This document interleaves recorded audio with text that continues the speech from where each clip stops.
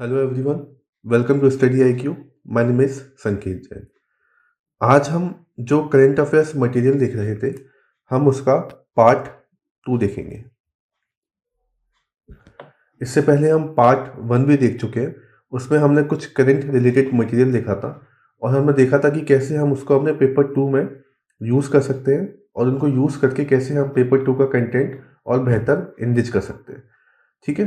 तो जनरली जितने भी करंट अफेयर्स को रिलेटेड मटेरियल रहेगा, वो बेसिकली आपको काम कहाँ पे आएगा, आपको पेपर 2 में काम आएगा। इस वजह से ये क्या है, एक साइकोलॉजी का आप इनरिचमेंट मटेरियल इसको आप कह सकते हैं। मैंने आपको लास्ट क्लास में ही बताया था कि पेपर 2 जो रहता है, उसे मार्क्स लाना कंपैरेटिवली मुश्किल रहता है इन कंपैरिजन टू पेपर 1। तो हम इसको कैसे बेहतर नंबर ला सकते हैं, हम नए एग्जाम्पल इसमें इंक्लूड करें, हम लेटेस्ट रिसर्च अगर इसमें इंक्लूड करें, तो हम इसमें एक बेहतर नंबर ला सकते हैं। ठीक है ना। तो उसी को ही कंटिन्यू करते हुए हम कुछ न्यूज़ और देखते हैं जो करंट में थी, और इनका भी हम देखेंगे कि कैसे हम यूज़ कर सकते हैं। अब ये जो न्यूज़ है, हो सकता है कि डायरेक्टली आपको क्वेश्चन न आए इन पर, लेकिन आप इनके पॉइंट्स, इनके जो फोल्डर पॉइंट्स हैं, उनको आप कहीं ना कहीं इम्प्लीफाई कर पाओ, कहीं ना कहीं अप्लाई कर पाओ किसी भी आंसर में, है ना। अदर देन दिस, या फिर हो सकता है कि आपको इंटरव्यू में इनसे कुछ रिलेटेड क्वेश्चन पूछ ले, तो आप वहाँ पर भी इनको यूज़ कर सकते हो। ठीक है। तो पहली न्यूज़ देखते हैं हम, जैसे कि विमेन इन लिटिगेशन। अब अभी क्या हुआ था, एक रिपोर्ट आई थी, उसमें बताया गया था कि जो नंबर ऑफ विमेन है अपने हाई कोर्ट में या सुप्रीम कोर्ट में, तो उनका जो परसेंटेज है वो काफ़ी कम है, काफ़ी कम मात्रा में उनका रिप्रेजेंटेशन है इन कंपेरिजन टू मैन।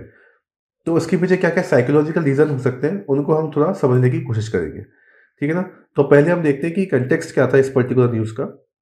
तो एक सर्वे किया गया था, विधि सर्वे जिसको बोलते हैं, 2020 में, और उसमें पाया गया था कि जो नंबर ऑफ वुमेन है लिटिगेशन में, केरला में पाई जाती है 28.57%, मद्रास में 10.5, दिल्ली में 22.47 और बॉम्बे में 21.51।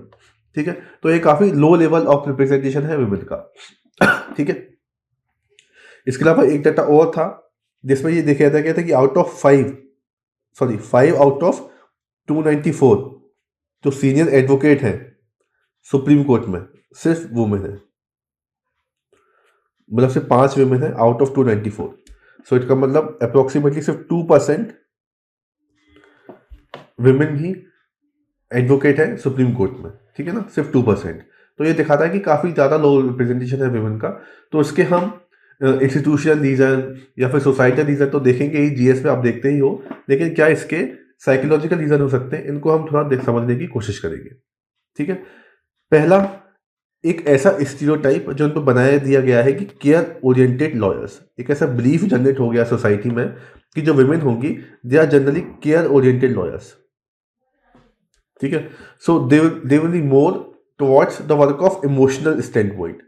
इस तरह के काम को वो ज़्यादा हैंडल कर पाएंगी, ना कि ऐसे काम जो कि इकोनॉमिकल और फाइनेंशियल स्टैंड पॉइंट से देखे जाते हैं। ठीक है ना। तो ऐसे स्टीरियोटाइप जनरेट हो गए हैं लिटिगेशन में, या फिर हाईकोर्ट या सुप्रीम कोर्ट या जुडिशरी में आप बोलोगे कि विमेन जो होती हैं, दे आर गुड मीडिएटर्स। वो मीडिएटर अच्छी है। ठीक है। लेकिन जब भी कोई आर्ग्यू करने की बात आएगी, कोई इकोनॉमिकल पॉइंट अगर आएगा, फाइनेंशियल पॉइंट अगर आएगा, तो वहां पर वो अच्छी तरीके से परफॉर्म नहीं कर पाएगी। ठीक है। इसके लिए कोई रिसर्च नहीं है, कोई डेटा नहीं है, लेकिन ये क्या, एक बिलीफ जनरेट कर दिया गया है, और इसी को ही हम स्टीरियोटाइप बोलते हैं, है ना। तो क्या जनरेट हो गया लिटिगेशन में, एक कंसेप्ट आ गया है जुडिशियल स्टीरियोटाइपिंग। ये हो गई है। ठीक है। तो हमने उनकी जो प्रैक्टिसेस है, हमने स्टिग्मेटाइज कर दिया है, एक स्टिग्मा बना लिया है कि वो क्या है, वो कुछ पर्टिकुलर टाइप ऑफ काम ही कर पाएंगी। They can do only special attributes of characteristics to individual based on membership to a particular social group. तो हमने ये बोल दिया कि केयर ओरिएंटेड काम है, तो वो इस तरह का काम ही कर पाएंगी। वो कोई भी इकोनॉमिकल या फाइनेंशियल पॉइंट ऑफ व्यू से अगर कोई काम आता है, तो उनके लिए काफ़ी मुश्किल होगी। ठीक है। तो ये जुडिशियल स्टीरियोटाइपिंग आ गई है जुडिशरी में। तो पहला पॉइंट हुआ care oriented lawyers, judicial stereotyping. Third क्या हो गया, इनसेंसिटिव एटीट्यूड। काफ़ी जजेज ऐसा मानते हैं कि विमेन का जो नंबर ऑफ विमेन जजेस है वो कम है, क्योंकि उनके अंदर क्वालिटी नहीं है, इस तरह की क्वालिटी ही नहीं है। तो जो बाकी के जो लॉयर्स है, ऐसा समझते हैं कि जो जज में एक क्वालिटी होनी चाहिए उस तरह की क्वालिटी विमेन में नहीं होती है। ठीक है, तो ये भी एक इनसेंसिटिव एटीट्यूड है जो जनरेट हो गया है। ऑब्वियसली आप इसको एक्सटेंड कर सकते हो, काफ़ी सारी थ्योरीज इसमें साइकोलॉजी की डाल सकते हो, है ना, वो अलग रहेगी। ये सिर्फ आपको पॉइंट बता दिए जा रहे हैं और इन पॉइंट को और सब्सटेंशिएट कर सकते हो with the help of research theories जो आपने बेसिक किसी भी बैलेंस या किसी भी एनसीईआरटी बुक से आपने पढ़ रखी है। तो ठीक है ना। और काफ़ी न्यूरोलॉजिस्ट और साइकोलॉजिस्ट ने भी ये बताया है कि हमारे अंदर काफ़ी अनकॉन्शियसनेस और इम्प्लिसिट बायसेस आ गए, ठीक है ना, जिनकी वजह से हम उनको आगे बढ़ने का मौका नहीं देते।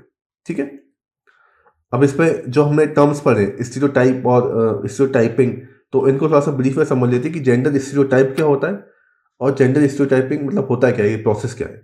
ठीक है ना, तो स्टीरियोटाइप तो जनरली हमने बेसिक में पढ़ा ही है। ये क्या होता है, एक प्री कंसेप्शन होता है। प्री कंसेप्शन, प्री यानी कि पहले से ही कोई कंसेप्शन बन गया है ना, कोई मतलब ऐसा काम हुआ ही नहीं है लेकिन हमने कंसेप्शन बना लिया है। ठीक है ना, जैसे विमेन के प्रति हमने कंसेप्शन बना लिया है, पहले से ही एटीट्यूड बना लिया है ना। तो इट इज जनरलाइज्ड व्यू और प्री कंसेप्शन अबाउट एट्रीब्यूट्स और characteristics that are out to be possessed by women and men or the roles that are or should be performed by men or women। ठीक है, तो gender stereotype यानी कि main और women के द्वारा कोई भी काम अगर किया जा रहा है तो उसके लिए पहले से ही कोई धारणा बना लेना, पहले से ही कोई बिलीव जनरेट कर लेना। ठीक है, जैसे कि women are nurturing, women are weak, तो ये पहले से ही आपने इस तरह के पॉजिटिव, इस तरह के नेगेटिव आपने क्या हुए धारणाएं बना ली, एट्रीब्यूट्स आपने करना शुरू कर दिया, एट्रीब्यूशन को करना शुरू कर दिया, प्री कंसेप्शन आपने पहले से ही बना लिया। ठीक है ना, और इसी हिसाब से जेंडर स्टीरियोटाइपिंग क्या हो जाएगी, ये एक तरह की ऐसी प्रैक्टिस हो जाएगी जहां पर हम इन जेंडर स्टीरियोटाइप को इम्प्लाई कर रहे हैं। ठीक है, so the practice of applying these stereotype beliefs is called gender stereotyping. ठीक है, तो ये एक इंपॉर्टेंट रहेगा, इसको आप समझिए। अब इसके लिए हम कर क्या सकते हैं, आपको ऐसे भी क्वेश्चन आ सकता है कि what could be way forward towards this. तो एक बायस फ्री जुडिशरी होनी चाहिए जिसमें कोई बायसेस ना हो, है ना। एक जेंडर डाइवर्स बेंच बननी चाहिए जो एक बायस फ्री जुडिशरी को रिफ्लेक्ट करे, है ना। काफ़ी एम्पिरिकल स्टडीज में भी बताया गया है कि having even one women on a 3 जज panel has an effect on the entire panel decision making in gender discrimination cases. तो इसका अगर हम विमेन जज को करते हैं किसी सी मेंबर बेंच में डालते हैं तो उनका काफ़ी ज़्यादा इम्पैक्ट हो सकता है। जैसे कि डॉली प्रोविशन लॉ जब बनाया गया था तो उसमें अगर विमेन जज होती तो एक अलग पर्सपेक्टिव निकल के आता है इस लॉ का। ठीक है, इसके अलावा और क्या कर सकते हैं हम, विल पावर को बढ़ा सकते हैं टुवर्ड्स विमेन एम्पावरमेंट, इसको और बढ़ाना पड़ेगा ताकि और ज़्यादा वो प्रोत्साहित हो, इनकरेज हो, है ना। सेंसिटिव वर्कशॉप्स हम कर सकते हैं, जेंडर सेंसिटिव ट्रेनिंग हम दे सकते हैं। ठीक है, इनके पीछे के जो स्टीरियोटाइप है उनको हमें समझना पड़ेगा कि हाउ जज stereotype in gender bias based violence causes a key to addressing the particular barrier to justice, है ना। मतलब हमें इन स्टीरियोटाइप को समझना पड़ेगा। ये जो जजेस इस तरह के स्टीरियोटाइप बना रहे हैं, है ना, जेंडर बेसिस के ऊपर बना रहे हैं, ये वायलेंस टर्म यहाँ से हटा दीजिए। इस तरह के जो जेंडर बना रहे हैं स्टीरियोटाइप उनको समझना पड़ेगा ताकि हम इस तरह की प्रैक्टिस को हटा सकें। ठीक है, ठीक है ना। नेक्स्ट हम न्यूज़ देखते हैं। इंस्टाग्राम का क्या इम्पैक्ट रहेगा यंग यूजर्स पर, ये एक अभी लेटेस्ट रिसर्च आई थी, है ना। ये इंस्टाग्राम जो है fear of losing young users, ये आर्टिकल था हमारा द हिंदू में, आया हुआ था ये आर्टिकल। ठीक है, अभी इसमें भी ये लेटेस्ट एक रिसर्च हुई थी कि Instagram is very harmful for the sizeable percentage of young users के लिए काफ़ी ज़्यादा हार्मफुल है ये। It is one of the reason of the depression, anxiety, body image issues, इस तरह के कुछ कंसर्न निकल के आ रहे हैं बच्चों में, यंग यूजर्स में। ठीक है ना, it has been founded Instagram and other social networks are associated with high level of anxiety, depression, fear of missing out, FOMO. ठीक है, they can also foster a negative body image and poor sleep habits. ठीक है, the constant comparison to unrealistic ideals, जब हम इसको compare करते रहते हैं, जो हम बनना चाहते हैं अनरियलिस्टिक जो आइडियल्स डाल दिए जाते हैं, है ना, इंस्टाग्राम पे कुछ ऐसी रील बना दी जाती है तो उससे हम अपने आप को कंपेयर करना शुरू कर देते हैं, तो उसकी वजह से हमारी लो स्टीम में काफ़ी गिरावट आती है, सेल्फ डाउट होने लगता है हमें। ठीक है, पुअर बॉडी इमेज किसी मॉडल को देखकर या किसी और ऐसी इमेज को देखकर, है ना, और fear of missing out, girls and boys alike struggle to keep up their peers. ठीक है, तो ये इस तरह की काफ़ी दिक्कतें आ रही हैं, ऐसा इसमें बताया गया है कि इस रिसर्च में। ठीक है, तो उनमें क्या हो रहा है, एक कंपेयर, एक इसमें आप बहुत सोच सकते हैं कि कंपेयर, इसको बोलते हैं कंपेयर एंड डिस्पेयर एटीट्यूड। ये उनमें जनरेट हो गया है। वो कंपेयर कर रहे हैं, उस कंपैरिजन की वजह से उन्हें डिस्पेयर एटीट्यूड जनरेट हो रहा है, उनको उनको इस तरह की फीलिंग आ रही है। ठीक है, तो ये डेट्रीमेंट्स होते जा रहे हैं सोशल मीडिया के हमारी मेंटल हेल्थ पर। इसके अलावा और क्या दिक्कतें हो रही हैं उनको, इस रिसर्च में बताया गया है कि इसका हम ये भी देखेंगे कि क्या क्या सॉल्यूशन हो सकते हैं। बताया गया है कि उनमें इनएडिक्वेसी की फीलिंग जनरेट हो गई है ना, वो कंपेयर कर रहे हैं दूसरे लोगों का और फिर सोच रहे हैं कि हम ऐसा कर पाएंगे कि नहीं कर पाएंगे, है ना। हम अपने आइडियल का जो भी हमारा आइडियल है, हम उस वो जो कर रहा है हम उसको मैच कर पाएंगे कि नहीं कर पा रहे हैं। तो इनएडिक्वेसी की फीलिंग जनरेट हो रही है, सेल्फ एस्टीम आ रहा है इस वजह से, सेल्फ डाउट की फीलिंग आ रही है। ठीक है, सम शो साइंस ऑफ सोशल एनहोर्डिनिया। ये क्या होता है सोशल एनहोर्डिनिया, क्या होता है? ये एक यूनिवर्सिटी है, मिसौरी यूनिवर्सिटी, उन्होंने ये रिसर्च की है और बताया गया कि सोशल एनहोर्डिनिया हो गया है लोगों को। इसका मतलब क्या है कि ये इस तरह की कंडीशन है, यहाँ पर हम उन एक्टिविटी में भी खुश नहीं होते हैं जहाँ पे हम नॉर्मली इंजॉय करते थे पहले। ठीक है, जैसे हम लोगों से इंटरेक्ट करते थे तो हमें बहुत खुशी होती थी, लेकिन अब हमें वो भी खुशी नहीं हो रही है। ठीक है, तो this is because of the social media. ठीक है ना, क्योंकि अब क्या हो रहा है, हम मतलब जितना भी अपना टाइम है हम सोशल मीडिया पे स्पेंड कर रहे हैं, तो हम सोशली इतना एक्टिव रह ही नहीं गए हैं आपस में मिलने जुलने पर। तो हमें जो नॉर्मल चीज़ें जो पहले अच्छी लगती थी अब हमें वो बेकार लगने लगी हैं। तो इस वजह से लोगों के कम दोस्त होते जा रहे हैं, है ना, कम वो पार्टिसिपेट कर रहे हैं किसी भी चीज़ों में। ठीक है, तो सोशल एनहोर्डनिया हो गया है, it is because of the rise in social media.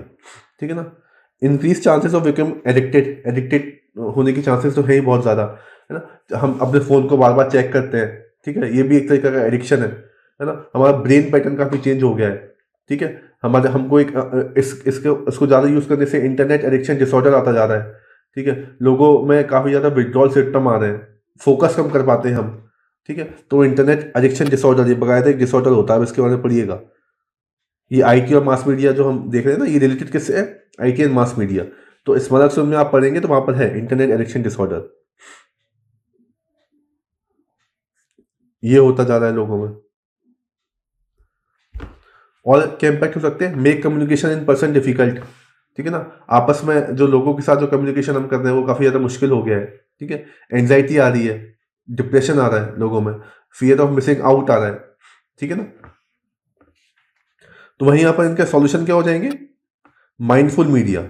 आप अवेयर रहिए इसके इफेक्ट से, सोशल मीडिया के क्या क्या हार्मफुल इफेक्ट हो सकते हैं, आप इनसे अवेयर रहिए। तो आपको बार बार अपने आप से एक क्वेश्चन पूछना पड़ेगा कि मैं क्या सोच रहा हूँ। आप अपने कॉग्निटिव माइंड को एक्टिव रखिए, है ना, कि मैं जो कुछ कर रहा हूँ वो ठीक है या नहीं, ये मेरे लिए हेल्पफुल रहेगा या नहीं, is this a good use of my time. जो मैं टाइम इन्वेस्ट कर रहा हूँ सोशल मीडिया पर वो टाइम सही यह है या नहीं है। ठीक है, फेज 1 15 का एक कंसेप्ट आया था, limiting usage to 15 minutes for any social network. किसी भी सोशल नेटवर्क को आपका यूज को आप सिर्फ 15 मिनट तक लिमिट कर दो। ठीक है ना, ये आप कर सकते हैं। नथिंग बट नोटिफिकेशन, सिर्फ आप नोटिफिकेशन चेक करने के लिए जब आते हैं तब आप लॉग इन करो। Log in and checking only when you receive a notification which limits your interaction to close contacts and eliminate mindless scrolling. ठीक है, सेफ मीडिया सोशल यूज करो आप, है ना, सेफ मीडिया को यूज करो, है ना। एजुकेशनल पर्पज से आप उनको यूज कर सकते हैं। For professionals who work with youth to be trained in digital and social media, उनको ट्रेन करना पड़ेगा। ओके, तो इस तरह की चीज़ों को आपको यूज़ करना पड़ेगा, तभी आप जाकर सोशल मीडिया का जो नेगेटिव इम्पैक्ट है उसको कम कर सकते हैं। अगर इनके बाद भी अगर आपको बहुत ज़्यादा एंजाइटी हो रही है, बहुत ज़्यादा आपको डिप्रेशन हो रहा है, then you should definitely go to any doctor, है ना, आपको उनसे बात करनी चाहिए, उनको दिखाना चाहिए। ओके, तो आप इस तरह की चीज़ों का इस्तेमाल कर सकते हो। नेक्स्ट हम देखेंगे gender stereotyping typing in toys. है ना, अभी आपको काफ़ी अजीब सा रहेगा, ये भी आपको जेंडर साइकोलॉजी में मिल जाएगा, लेकिन इस पर इसके ऊपर एक आर्टिकल था, है ना। एक टॉय मैन्युफैक्चर कंपनी है जिसको लेगो हम बोलते हैं, लेगो नाम है उसका। उसने अभी अभी अनाउंस किया है कि it will work to remove gender biases from its products and ensure that children's creative ambitions are not limited by stereotype.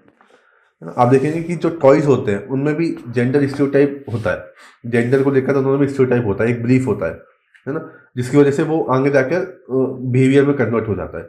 हम आप देखेंगे हमारी जो बेसिक से चीज़ देखेंगे हमारी सोसाइटी में, हम जब पढ़ते हैं हमारे एजुकेशन में, आप देखेंगे हमारी किताबों में, आप देखेंगे कि कभी भी आप देखेंगे कोई भी केयरिंग जो भी चीज़ होगी या फिर कोई भी ऐसी आपको एक्टिविटी जैसे दलित का कोई पिक्चर होगा तो उसको काफ़ी अलग तरीके से दिखाया जाएगा, है ना? विमेन को हमेशा ऐसा प्रेजेंट किया जाएगा कि वो नर्स बनी हुई है, या फिर मेड बनी हुई है, या फिर हाउसवाइफ बनी हुई है ना? मैन को हमेशा हमारी नोटबुक में जब हम बचपन में पढ़ते हैं तो ऐसा दिखाया जाएगा कि वो पुलिस ऑफिसर बना हुआ है ना, या फिर कोई पायलट बना हुआ है, ठीक है? तो ये हमारे शुरू से ही जनरेट होना शुरू हो जाते हैं, ठीक है ना? आप बचपन में देखेंगे कि लड़कियों को हमेशा डॉल से खिलाया जाता है ना, लड़कों को वहीं एयरप्लेन दिया जाएगा या कुछ और दिया जाएगा, बैट बॉल दिया जाएगा। तो हम शुरू से ही इस तरह के जनरेशन में हमारी सोसाइटी में ही ये इनहेरेंट कर देते हैं चीज़, ठीक है? तो उसी वजह से लेगो ने ये डिसाइड किया कि जो चिल्ड्रन में जो जेंडर स्टीरियोटाइप होते हैं उनके टॉयज़ में, उसको वो रिमूव करेंगे। तो इन्होंने ये बहुत बड़ी स्टडी की थी ना, वो पूरी स्टडी को हमने कोट नहीं किया है यहाँ पर। हमने देखा है कि उनकी जो स्टडी थी, उसमें देखा गया था कि जो एक फॉस्टेड सोसाइटी थी, उसमें देखा गया कि harmful gender stereotyping has fuelled mental health crisis among the younger generation in the UK, and it is at the root of problems with body image and eating disorder, record male suicide rates as well as violence against women and girls, gender stereotyping की वजह से, है ना?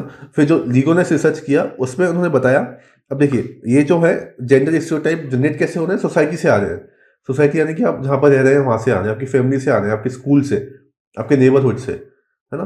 तो बचपन से ही वो generate होना शुरू हो जाते हैं और वही रीज़न बन जाते हैं against violence against women and girls, ठीक है?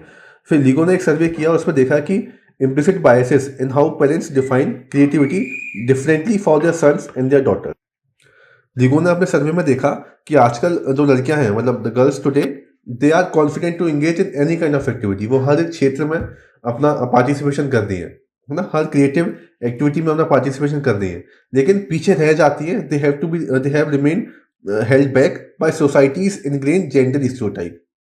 तो सोसाइटी में जेंडर स्टीरियोटाइप है, उनकी वजह से उनको पीछे हटना पड़ता है, या फिर आप ग्लास सीलिंग बोल सकते हैं कि उनकी वजह से उनको पीछे हटना पड़ता है, ठीक है ना, जैसे जैसे वो बड़े होते हैं, ठीक है? तो girls are more open to different kind of creative place that then what their parents and society typically encourage, with 82% of girls believing it is okay for girls to play football and boys to do ballet compared with 21% of boys, है ना? इस सर्वे में देखा गया कि 81% जो है, 81% 82% जो लड़कियां हैं वो सोचती हैं कि कोई भी जेंडर डिस्पैरिटी होनी नहीं चाहिए, है ना? वो सोचते हैं कि गर्ल्स फुटबॉल भी खेल सकती है और लड़के बैलेट भी कर सकते हैं, जबकि अपोजिट काम करने चाहिए अकॉर्डिंग टू सोसाइटी स्टैंडर्ड। और सिर्फ 71% लड़के ऐसा सोचते हैं कि ऐसा होना चाहिए, है ना? तो इसका मतलब जो है, लड़कियां जो हैं they are more liberal towards the creative play, ठीक है? तो ये उनके जो लीगो के सर्वे था, इन्होंने जो सर्वे किया था लीगो कंपनी में, उनके सर्वे में ये कुछ इंपॉर्टेंट फाइंडिंग थी। फाइंडिंग बहुत सारी थी, लेकिन यहाँ पर अपने सिर्फ इंपॉर्टेंट फाइंडिंग जो है उनको देखा है, ठीक है ना? अब जेंडर स्टीरियोटाइपिंग टॉयज के थ्रू होती कैसी है, इसको थोड़ा सा देखते हैं। तो इसमें आप देखेंगे, जैसे मैंने आपको बताया था कि जो टॉयज होते हैं, जो बॉयज के टॉयज होते हैं, they are mostly related to fighting, aggression, है ना? सोल्जर वाले टॉयज होंगे, हम उनको गन्स देते हैं, ठीक है? वहीं कोई लड़की को आप देखेंगे जनरली आपके दोगे मेकअप का सामान दोगे, ठीक है? आप कोई डॉल दोगे, एसेसरीज दोगे, ठीक है, ज्वेलरी दोगे, इस तरह का आप सामान दोगे। तो they are more associated with appearance. उनको हम सामान देते वक्त किस चीज़ पर ध्यान देते हैं? अपीयरेंस पर। और जब हम टॉयज, वही टॉयज जब हम लड़कों को दे रहे हैं, so they are more related to fighting और एग्रेशन, जिसकी वजह से बाद में आकर दिक्कत आ जाती है, ठीक है ना? Strongly gender type toys might encourage attributes that are not ones you actually want to foster. For girls, this would include a focus on attractiveness and appearance. ठीक है ना? Perhaps leading to a message that this is the most important thing to look pretty. तो उनको हम ऐसी चीज़ दे रहे हैं जो उनके एट्रैक्टिवनेस और अपीयरेंस से रिलेटेड है, और इसी वजह से उनको लगता है कि सबसे ज़्यादा इंपॉर्टेंट चीज़ उनके लिए यही है कि वो कैसे प्रिटी दिखें। ऑन द अदर हैंड, हम लड़कों को दे रहे हैं ऐसी चीज़ें, वेपन, फाइटिंग, है ना, गन, बस, इस तरह की चीज़ें दे रहे हैं, ठीक है? So they might be less and desirable in the long run. So ये क्या कर रही है, ये एम्फसाइज कर रही है वॉयलेंस और एग्रेशन पर। हम इस तरह का सामान बॉयज़ को दे रहे हैं, ठीक है? तो यहीं से ही हमारे जेंडर जो स्टीरियोटाइप है वो जनरेट होना शुरू हो गए। आपने अभी गूगल का एक ऐड आता है, आपने वो भी देखा होगा, ठीक है ना? तो उसमें उसका जो सब उसको गुड़िया देते हैं, है ना, कोई बारबी वाल ला के देते हैं, तो उसके फादर, आई थिंक फादर या ग्रैंड फादर है, गूगल का ऐड आता है, ठीक है? बोलने से सब होगा। उसका अभी जो ऐड आ रहा है तो उसमें आप देखेंगे वो उसको टेलीस्कोप ला के देता है ना, एक अलग चीज बिल्कुल, लेकिन सब लोग उसको क्या दे रहे हैं कि डॉल दे रहे हैं, गुड़िया दे रहे हैं, ताकि मतलब यही दिया जाता है हमेशा लड़कियों को। तो हमेशा हमें उनका ये हमको चेंज करना पड़ेगा। ये एटीट्यूड जब तक चेंज नहीं होगा जब तक स्टीरियोटाइप नहीं जाएंगे सोसाइटी में से। ठीक है, तो वेस्ट टू ड्यूल क्या हो जाएंगे, मॉडरेटली मस्कुलिन टॉयज आप दे सकते हो उनको जो मॉडरेटली मस्कुलिन हो। ठीक है, है मेनी पॉजिटिव क्वालिटी, जैसे स्पेशल स्किल्स होती है उनमें, बिल्डिंग थिंग्स होती हैं that parents might want to encourage in both boys and girls. ऐसे ही आप चाहिए तो बॉयज एंड गर्ल्स दोनों के लिए मतलब सही रहे, तो जेंडर न्यूट्रल टॉयज बनने चाहिए। Perhaps to some extent, it is the same for some moderately feminine toys. Nurturance, care for infants, developing skill in cooking and housework. ठीक है, तो इस तरह के टॉयज आप बना देने की कोशिश करो जो बिल्कुल न्यूट्रल हो। अगर आप एक ऐसा कोई नर्चरिंग वाला कोई आप दे रहे हो टॉय, तो आप उसको थोड़ा सा एक ऐसा टॉय भी दो जो जिसमें कोई बिल्डिंग थिंग्स हो, कोई साइंटिफिक थिंग हो, है ना, ऐसा भी आप दे सकते हो। दोनों का मिक्सचर आप कर सकते हो। ठीक है, तो सोसाइटी को रिकॉग्नाइज करना पड़ेगा कि ये बिहेवियर एक्टिविटी को हमको चेंज करना पड़ेगा जो जो ये चल रही है सोसाइटी में, तभी जाकर जो जेंडर स्टेरियोटाइप हैं जो बनते आ रहे हैं समाज में विमेन के लिए, वो उनको हम रिमूव कर सकते हैं। ठीक है, और सोसाइटी का वेलफेयर कर सकते हैं। करेक्ट है, तो ये हमने देखा एक। नेक्स्ट हम देखेंगे वर्क लाइफ बैलेंस। ये काफ़ी ज़्यादा डिस्टर्ब चल रहा है आजकल, तो it is related to your paper 2 mental health और स्ट्रेस में आप उसको लिख सकते हैं। ये टॉपिक कहाँ जाएगा, जेंडर टॉयज का जो हमने किया, ये जेंडर साइकोलॉजी में आप इसको लिख सकते हैं, है ना। सोशल इंटीग्रेशन वाला चैप्टर है उसमें भी आप इसको कहीं कोट कर सकते हैं, अगर एग्जाम्पल के सोशल इंटीग्रेशन वाले में। एटीट्यूड में भी आप इसको इम्प्लिसिट एटीट्यूड में भी आप इसको कोट कर सकते हैं कि एटीट्यूड इस तरह का बन गया है लोगों का। ठीक है ना, तो जहाँ पर भी स्टीरियोटाइप की बात आएगी वहाँ पर इसको लिख सकते हैं। ठीक है, next work life balance mental health stress में आप इसको कोट कर सकते हैं। ठीक है ना, ये भी हिंदू में अभी आर्टिकल आया था, तो वहाँ पर रिसर्च की गई थी कि 55% of the employed professionals in India are feeling stressed at work due to work-life imbalance, insufficient incomes, and slow career progress, according to a survey by LinkedIn. LinkedIn ने ये सर्वे किया था। ठीक है, और क्या किया था, nearly half employed professionals wish to end work at reasonable hours. Only about 1/3 were actually able to do so. And while 41% planned for time off, only 30% could take time off in the past 2 months. ठीक है, और जब उनसे पूछा गया कि इनका reason क्या है, तो उन्होंने बताया कि हम वर्क लाइफ को बैलेंस नहीं कर पाते हैं, तो हम काफ़ी स्ट्रेस में हैं, हमको इनफ पैसे नहीं मिल पाते हैं, स्लो करियर एडवांसमेंट है हमारा। ठीक है, लेकिन सबसे ऊपर जो रीज़न पाया गया उनके मेंटल स्ट्रेस को लेकर, वो था वर्क लाइफ बैलेंस। सबसे पहला रीज़न ये था उनके स्ट्रेस का। सेकेंड रीज़न था कि उनको इनफ मनी अर्न नहीं कर पा रहे हैं, और थर्ड रीज़न था कि कैरियर एडवांसमेंट काफ़ी कम है।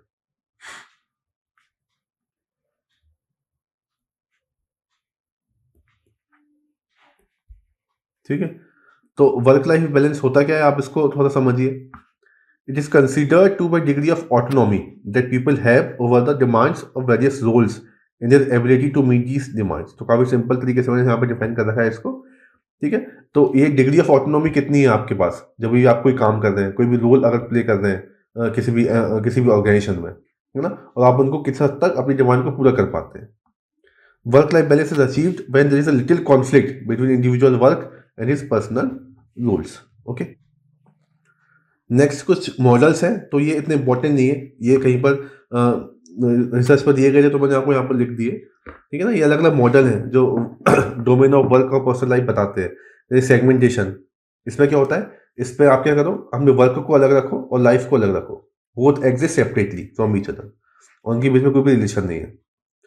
सेकेंड क्या है, spill over, work and life domains are separate, ये भी वही है, but factors in one domain can affect the other. ठीक है, मतलब वर्क का जो एक फैक्टर है वो इसको अफेक्ट कर सकता है, लाइफ का एक फैक्टर इसको अफेक्ट कर सकता है। स्पिल ओवर, एक दूसरे के ऊपर स्पिल ओवर हो जाएंगे। ठीक है ना, compensation, experience and feeling in one domain can be used to make up और compensate for the gap in another. तो जो वर्क और लाइफ की जो दिक्कतें हैं, जो फीलिंग है, जो एक्सपीरियंस है, वो यूज कर सकते हैं आप दूसरी गैप को भरने के लिए। ठीक है, तो रेशनलाइज आप अपने आप को कर सकते हैं। ठीक है, कि अगर मान लो मैं घर में आज कम समय दे पाया, तो उसका रीज़न ये था कि मैंने 1-2 घंटे ज़्यादा काम किया और मुझे ज़्यादा पैसा मिला। ठीक है, तो हमने कंपनसेट कर दिया उसको। A typical example is where dissatisfaction in one domain is negated by satisfaction in another. ठीक है, वही बात हो गई, तो ये कंपनसेशन हो गया। एक resource drain, optimal functioning requires the ability of the resources such as time, energy and motivation. ठीक है ना। तो अगर आप मान लो एक जगह आपका रिसोर्स ड्रेन हो गए हैं, तो मतलब आप काम करते आ रहे हो, काम करते आ रहे हो, लेकिन आप नहीं कर पा रहे, तो आपने अपनी पर्सनल लाइफ से थोड़ा टाइम निकाल दिया और उसको आपने वर्क में दे दिया। तो ट्रांसफर ऑफ रिसोर्सेज आपने कर लिया इसमें। ठीक है ना। नेक्स्ट क्या है, कॉन्फ्लिक्ट मॉडल। इसमें क्या होता है, हम पूरी तरीके से कुछ भी यूज नहीं कर पा रहे हैं। हमारी चॉइसेस, हमारी नीड्स हर एक डोमेन की एक दूसरे से कम्पीट कर रही है। वर्क की लाइफ के साथ कम्पीट कर रही है, लाइफ की वर्क के साथ कम्पीट कर रही है, जिसकी वजह से हमारे काफ़ी ज़्यादा नुकसान हो रहा है और हम एक स्ट्रेसफुल और एक अनहैप्पीनेस की सिचुएशन में। ठीक है, इतना आप समझिए। तो as a result of roles across various domains conflict with each other. हम किसी को भी खुश नहीं रख पाए, ना वर्क को ना हमारी लाइफ को। ठीक है, तो ये कुछ मॉडल्स हैं, अगर इनके से अगर आपको पूछ लिया जाता है तो। बाकी मेन आपको ध्यान में रखना है ये डेटा वर्क लाइफ बैलेंस होता क्या है, और ये डेटा आप याद रखेंगे। ठीक है ना। कुछ रीज़न आप इसके कोट कर सकते हैं, मेंटल हेल्थ में क्या क्या रीज़न आ सकते हैं इसमें, वो आप बता सकते हैं। नेक्स्ट हम देखेंगे effect of pandemic on children social skills. आपको पता है कि अभी कोविड पेंडेमिक आया था, तो उससे काफ़ी ज़्यादा मेंटल रिलेटेड इश्यूज आए थे। कोविड की बहुत ज़्यादा इश्यूज आए थे जो हम साइकोलॉजी में यूज़ कर सकते हैं, स्पेशली पेपर 2 में। ठीक है, मैंने काफ़ी ज़्यादा कवर भी किए हैं। ठीक है, तो effect of pandemic on children social skills, ये पर्सनैलिटी चैप्टर है, उसमें आप कोट कर सकते हैं इसको। तो अभी इंडियन एक्सप्रेस में ये डायलॉग आया था, उससे बताया था कि पेंडेमिक ने कैसे सोशल स्किल को इफेक्ट डाला है। ठीक है, तो कोविड-19 pandemic has kept a majority of children indoors. बच्चे घर के अंदर ही थे। ठीक है, 18 महीने से काफ़ी टाइम हो गया था। ठीक है, उन कोई भी आउटडोर एक्टिविटी नहीं कर पा रहे थे वो। ठीक है, नो आउटडोर एक्टिविटी। सो जो पीडियाट्रिशियंस होते हैं, है ना, जो बच्चों को देखते हैं, are seeing a worrying trend of children reporting symptoms of vitamin D efficiency. Vitamin D की डेफिशिएंसी हुई उनको, ओबेसिटी राइज और लैक ऑफ सोशल स्किल्स। ठीक है, सोशली इतने एक्टिव हो नहीं पाए। स्कूल जाते हैं आप बच्चों, और बच्चे और दूसरे बच्चों से मिलते हैं, टीचर्स उनको कुछ सिखाते हैं, अब घर के अंदर ही हैं और खेल भी नहीं पा रहे हैं। ठीक है ना। घर पे तो बच्चे, जैसे कोविड नहीं होता था, गर्मियों की छुट्टियों में ग्राउंड में जाके खेल लिए और पड़ोसी के बच्चों के साथ खेल लिए, लेकिन ये भी नहीं हो पा रहा है। तो सोशली बिल्कुल इनएक्टिव हो गए हैं वो। ठीक है ना। तो ये कैसे कैसे ये चीज़ उनको इफेक्ट कर दी, ये हम देखते हैं। अब ये इतना इंपॉर्टेंट क्यों है, क्योंकि देखो हमने जो मैस्लो की जो छोड़ी पढ़ते हैं, हायरार्की, नीड ऑफ हायरार्की जो हम पढ़ते हैं मैस्लो की, तो उसने ही बताया कि सोशली इंटरेक्शन होना काफ़ी ज़रूरी है ना। उसकी जो बेसिक नीड है उसने बताया कि ह्यूमंस जो है एक तरीके के सोशल क्रिएचर है ना, और उनको अगर अपने आप को पूरी तरीके से, पूरी पोटेंशियल से उनको अपने आप को डेवलप करना है, तो उन्हें सोसाइटी में भी एक्टिव रहना पड़ेगा। स्पेशली अगर वो चाइल्ड है, अगर बचपन है, आपका बचपना है, चाइल्डहुड है, तो सोशल लाइफ एक काफ़ी सिग्निफिकेंट रोल प्ले करती है आपकी डेवलपमेंट के लिए। ठीक है, तो Maslow in famous list of basic needs उन्होंने बताया कि social life takes an higher significance in the development. तो ये काफ़ी ज़रूरी है और ये काफ़ी ज़्यादा इफेक्ट हो रहा है इसमें। लैक ऑफ सोशल इंटरेक्शन है, बच्चे इंटरेक्ट नहीं कर पा रहे हैं एक दूसरे के साथ में। ठीक है, जनरली आइसोलेशन हो गए, आइसोलेट हो गए हैं बच्चे। उनसे कभी पूछते हो कि वो क्या महसूस कर रहे हैं, कैसा महसूस कर रहे हैं, तो हमेशा बोलते हैं कि अकेला महसूस कर रहे हैं, बोर्ड महसूस कर रहे हैं, क्योंकि वो किसी के साथ खेल ही नहीं पाते हैं। इसी की वजह से उनकी जो कॉग्निटिव और इमोशनल स्टेबिलिटी है वो काफ़ी ज़्यादा डिस्टर्ब हो गई है। ठीक है ना। तो इस वजह से उनकी जो मेंटल हेल्थ है उस पर असर आ रहा है। तो उनकी जो कॉग्निटिव फंक्शनिंग है, जो माइंड की जो एक्टिविटी है, वो काफ़ी ज़्यादा कम हो गई है ना। स्कूल आप जाते थे तो आप मतलब मैथ सीखते थे, इंग्लिश सीखते थे, अलग अलग सब्जेक्ट आप सीखते थे, जिसकी वजह से आपकी कॉग्निटिव एबिलिटी बढ़ती थी। लेकिन अब वो काफ़ी ज़्यादा लिमिट हो गई है ना, जिसकी वजह से उनकी मेंटल हेल्थ पर काफ़ी ज़्यादा इफेक्ट आ गया है। अब इसके लिए आप क्या कर सकते हो, what to be done for this. तो एजुकेशनल इंस्टीट्यूशन को देखना पड़ कि अगर वो ऑनलाइन अगर क्लास ले रही है, तो ऑनलाइन क्लासेस में वो कुछ अलग तरीके की कुछ और भी स्किल कराएं, उनके करिकुलम में ऐड करें, जिससे उनका इंटरेक्शन बढ़े, है ना, कॉग्निटिव फंक्शनिंग उनकी बढ़े। ठीक है, tools like Zoom, Padlet etcetera are great platform to encourage calibrated learning. तो आप कैलिब्रेटेड लर्निंग करा सकते हैं बच्चों की, है ना। कम्युनिटी एक बना सकते हैं जहाँ पर वो अपने आप को एंगेज रखें, एक दूसरे से सीखें। ठीक है, attempt to connect with others in your home daily through family activities आप कर सकते हैं। ठीक है, फैमिली ये काम कर सकती है। आपको सोशल इंटरेक्शन करना पड़ेगा बच्चों के साथ में, या आप जूम के थ्रू कर सकते हैं, वर्चुअली आप सोशली इंटरेक्ट कर सकते हैं अगर आप स्कूल नहीं जा पा रहे हैं। ठीक है ना। तो देखना पड़ेगा कि जो बच्चे हैं, मतलब वो क्लास अगर नहीं अटेंड कर पा रहे हैं, तो उनका सोशल जो नीड है वो उनकी पूरी हो जाए। ठीक है, सोशली इंटरेक्ट हो जाए। अगर माँ बाप बच्चों से बात करें, घर में और कोई मेंबर्स है तो उनसे बातें करें, इंटरेक्ट करें, कैसा महसूस कर रहे हैं, वो उन्हें खुद पढ़ाने की कोशिश करें, तब जाकर उनकी जो सोशल नीड है वो पूरी हो पाएगी। ठीक है, तो ये हमने कुछ 4-5 पॉइंट देखे इस क्लास में। नेक्स्ट हम और देखेंगे करंट अफेयर से रिलेटेड मटेरियल ही, ठीक है।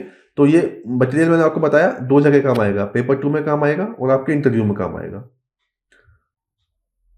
कुछ टॉपिक्स पेपर 1 में भी काम आ सकते हैं, जैसे पर्सनैलिटी मैंने अभी आपको बताया, वो पेपर 1 में भी आप एज एन एग्जाम्पल कोड कर सकते हो। आपको यूज़ कैसे करना है, आपको एग्जाम्पल देते वक्त कोड करना है, लेटेस्ट रिसर्च बताते हुए आपको इनको कोड करना है ना, ठीक है। Okay, thank you.